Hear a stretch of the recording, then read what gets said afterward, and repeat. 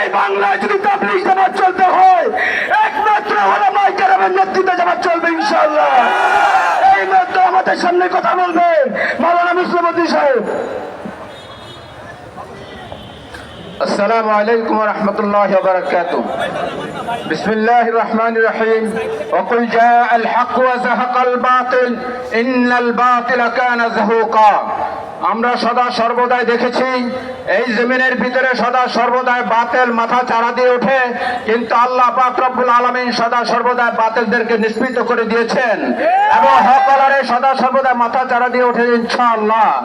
এই বাংলা দারুল উলুম দেওবন্দের অনুসারী বাংলাদেশ, এই বাংলাদেশ হক্কানি উলামায়ে কেরামদের বাংলাদেশ, এই বাংলাদেশ একমাত্র হক দাওয়াত ও তাবলীগের বাংলাদেশ, এই বাংলাদেশ সাহাবায়ে কেরামদের বাংলাদেশ, এই বাংলাদেশ নবী আউলিয়াদের বাংলাদেশ। এই বাংলাদেশে কোনো জাতপন্থীরা ঠাঁই পাবে না এবং এই বাংলাদেশের ভিতরে, এই বাংলাদেশের কোনো জমিনে, কোনো এলাকায়, কোনো থানায়, কোনো গ্রামে, কোনো গঞ্জে, কোনো ইউনিয়নে, কোনো মসজিদে জাতপন্থীদের কোনো ঠাঁই দেওয়া হবে না। আমি আবারও সাবধান করে বলে দিতে চাই, ওই গুন্ডা ওয়াসিফ, ওই গুন্ডা আব্দুল্লাহ, ওদেরকে 24 ঘন্টার ভিতরে গ্রেফতার করে জেলখানার ভিতরে ঢোকানো হোক। ঠিক কি ঠিক না? এই বাংলাদেশে একমাত্র হক্কানি উলামায়ে কেরামদের কথা চলবে এবং আমাদের মুরব্বী হযরত মাওলানা মুফতি আব্দুল মালিক সাহেব দামাত বরকাতুহুমের নেতৃত্বে এবং হযরত মাওলানা আল্লামা মামুনুল হক সাহেবের নেতৃত্বে আমাদের যত উলামায়ে কেরাম আছে তাদের নেতৃত্বে আমাদের দাওয়াত ও তাবলীগ জামাত চলবে, চলে আসছে, চলছে, চলবে ইনশাআল্লাহ। আগামী জঙ্গি ইজতেমা একটাই হবে এবং হযরত উলামায়ে কেরামের নেতৃত্বে যে ইজতেমা, সেই ইজতেমা একমাত্র হবে, অন্য কোনো কাউকে ইজতেমা করতে দেওয়া যাবে না। এবং যারা নাকি আমাদের ভাইদের, মুসল্লিদের, মাদ্রাসার কচি কাঁচা বাচ্চাদের মামলা দিয়েছে, ঠিক না রেখে বাংলাদেশি ইতিহাসে তাদের মতো এত নক্ষলজনক ঘটনা কোন ধরনের ইহুদি নাসারা এই পর্যন্ত করতে পারে নাই, ঠিক না রেখে কোন বেদাতিরা করতে পারে নাই, কোন ভণ্ডরা করতে পারে নাই।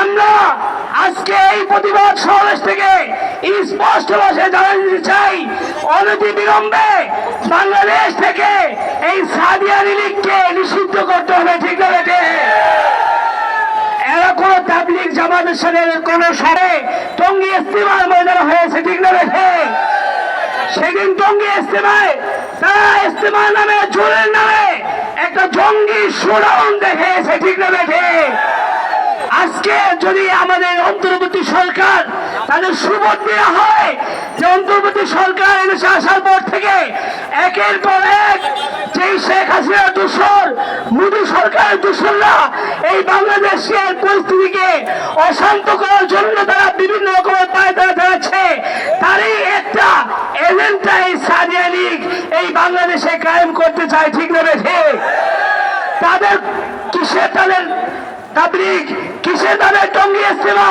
কিসে তাদের আমাদের কাকরাইল মসজিদ, কোথাও বাংলাদেশের কোন স্থানে কোন মসজিদে দাওয়াত তাবলীগের নামে একটা সুসংগঠিত একটা হক্কানি দাওয়াতের নামে তাদেরকে গোখানো দাঁড় হতে দেওয়া হবে না, ঠিক না বেটে তারা একটি ভণ্ড, তারা নিষিদ্ধ ঘোষিত একটি জঙ্গি সংগঠন, ঠিক না বেঠে আগামী 24 ঘন্টার মধ্যে যদি এদেরকে নিষিদ্ধ করা না হয়, বাংলার টেকনাফ থেকে বেতুলিয়া পর্যন্ত, রূপসা থেকে পাটুরিয়া পর্যন্ত সকল জায়গায় আগুনের দাবানল চলবে, ঠিক না রেখে আপনারা এখনো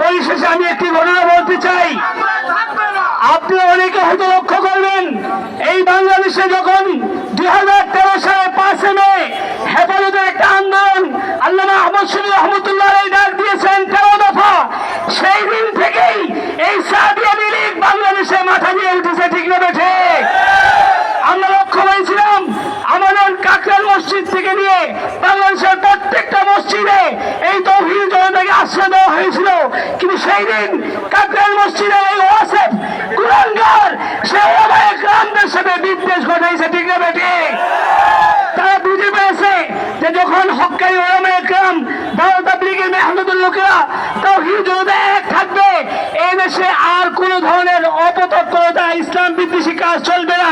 এই জন্য তারা সেই 2013 সাল থেকেই উৎপেতে এসেছিল যে বাংলাদেশে কিভাবে তাবলীগের মধ্যে একটা খণ্ডন দেখানো যায়, বাংলাদেশে তাবলীগের মধ্যে কিভাবে একটা দ্বিখণ্ডিত করা যায়। আমরা এই 2024-এর স্বাধীন দেশে স্পষ্ট ভাষায় ঘোষণা দিতে চাই, বাংলাদেশে তাবলীগ যদি থাকতে হয় ওলামায়ে ইকরামের নেতৃত্বে, আল্লামা জুবায়ের আহমদ সাহেবের নেতৃত্বে তাবলীগই বাংলাদেশ থাকবে। ঠিক না বেঠিক? কোন ধরনের ইঞ্জিনিয়ার, কোন ধরনের ডাক্তার, কোন ধরনের ভারতের প্রেসক্রিপশনে এই দেশে তাবলীগ চলবে না। ঠিক না বেঠিক? আল্লাহ আমাদের সকলকেই এই তাবলীগের ষড়যন্ত্র থেকে নিজ সকলকে সচেতন থাকার তৌফিক দান করুন। ওয়া মা তাওফীকি ইল্লা বিল্লাহ। আসসালামু আলাইকুম ওয়া রাহমাতুল্লাহ।